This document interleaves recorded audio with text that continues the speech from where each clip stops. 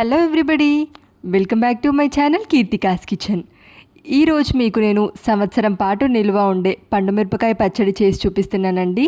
ఇప్పుడు సీజన్ కదండి, మార్కెట్లో దొరుకుతున్నాయి కదా, వీటితో పక్కా కొలతలతో పర్ఫెక్ట్గా ఏ విధంగా ప్రిపేర్ చేసుకోవాలనేది ఈ వీడియోలో చూపిస్తున్నానండి.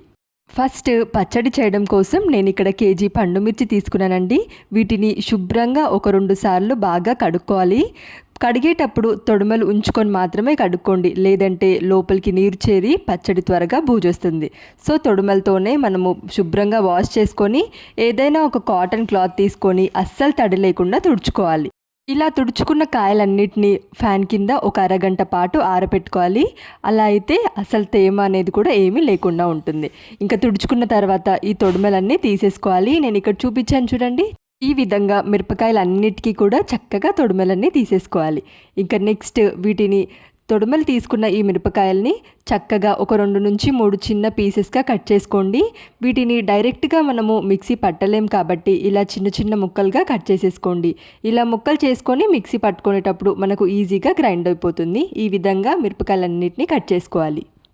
ఇప్పుడు కేజీ పండు మిర్చికి ఎంత చింతపండు కావాలో, ఎంత ఉప్పు కావాలో చూపిస్తున్నాను చూడండి. ముందుగా చింతపండు వచ్చేసి కేజీ మిరపకాయలకి 200 గ్రాములు చింతపండు అయితే పర్ఫెక్ట్ కొలతండి. దీంట్లో నారలు కానీ గింజలు ఏమైనా ఉంటే అవన్నీ పక్కన తీసి శుభ్రం చేసుకోండి. కరెక్ట్గా 200 గ్రాములు చింతపండు అయితే కేజీ పండు మిర్చికి పర్ఫెక్ట్గా సరిపోతుంది. గుప్పెళ్ళతో చూస్తే కరెక్ట్గా మనకు 2 గుప్పెళ్ళ చింతపండు అయితే పర్ఫెక్ట్గా సరిపోతుంది. ఇప్పుడు ఉప్పు కూడా 200 గ్రాములు కల్లుప్పు తీసుకోండి. పచ్చళ్ళలోకి మామూలు ఉప్పు కన్నా కూడా కల్లుప్పు అయితే చాలా బాగుంటుంది. సో కల్లుప్పు 200 గ్రాములు తీసుకోండి.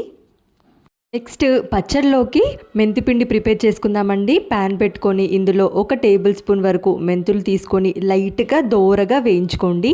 ఇవి కాస్త ఫ్రై అవ్వగానే ఇందులో మనము నెక్స్ట్ ఆవాలను కూడా వేసుకొని ఫ్రై చేసుకోవాలి. 1 టేబుల్ స్పూన్ మెంతులు వేసుకున్న తర్వాత 2 టేబుల్ స్పూన్లు ఆవాలు వేసుకోండి. ఆవాలు 2 టేబుల్ స్పూన్లు, మెంతులు 1 టేబుల్ స్పూన్, చక్కగా వీటన్నిటినీ కూడా లో ఫ్లేమ్లో పెట్టుకొని దోరగా వేయించుకోండి. ఇలా వేయించుకున్న వీటన్నిటిని మిక్సీ జార్లో వేసి పొడి పట్టేసుకోవాలి. నెక్స్ట్ మనము చిన్న ముక్కలుగా కట్ చేసిన మిర్చిని వీటిని మిక్సీ జార్లో కొంచెం కొంచెంగా వేసుకొని ఉప్పు కూడా వేసుకుంటూ కచ్చా పచ్చాగా గ్రైండ్ చేసుకోవాలండి. మరీ మెత్తగా కాకుండా కచ్చా పచ్చాగా గ్రైండ్ చేసుకోండి.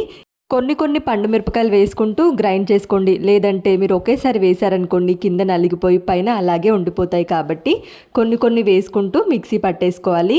లేదు మీ దగ్గర రోలు ఉంటే ఆ రోట్లో వేసుకొనైనా దంచుకోవచ్చు, లేదంటే మిక్సీ జార్లో అయినా నేను ఇక్కడ చూపిస్తున్న విధంగా కొంచెంగా పచ్చిమిర్చి ఉప్పు వేసుకొని ఇలా కచ్చా పచ్చాగా దంచుకుంటే సరిపోతుంది.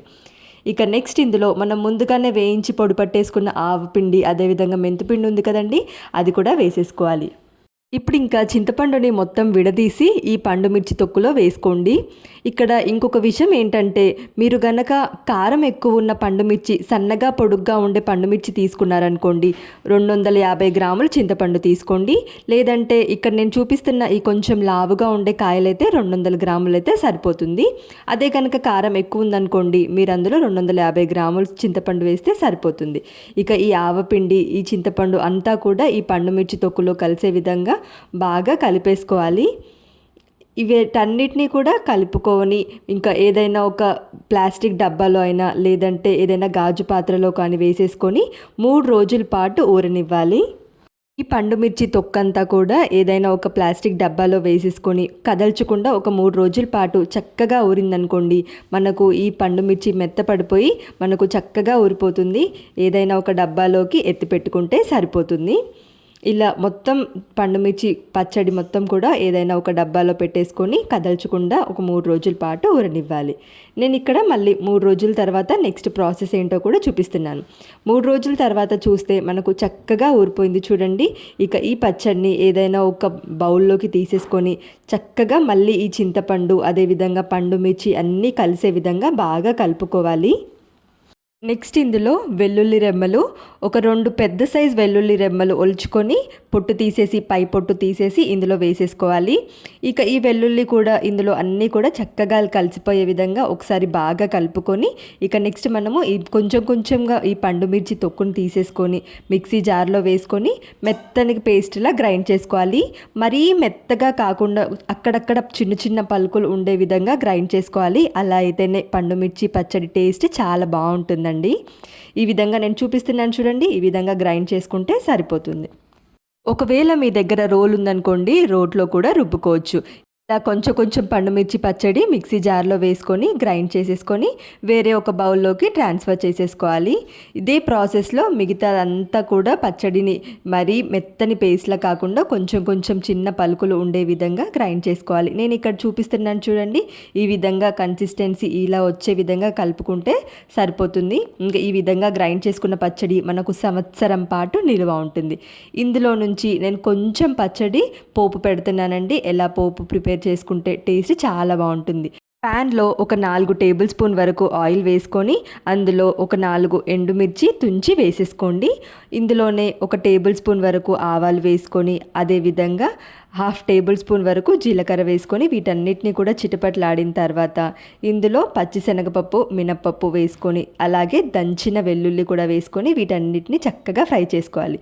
గుప్పెడు కరివేపాకు ఇంగువ కొంచెం చిటికెడు ఇంగువ వేసుకొని ఇక మనం దంచుకున్న పండుమిర్చి పచ్చడి ఉంది కదండి, అది కూడా వేసేసుకొని చక్కగా ఆయిల్లో ఫ్రై చేసుకుంటే ఎంతో రుచిగా ఉండే పండుమిర్చి పచ్చడి రెడీ అయిపోతుంది.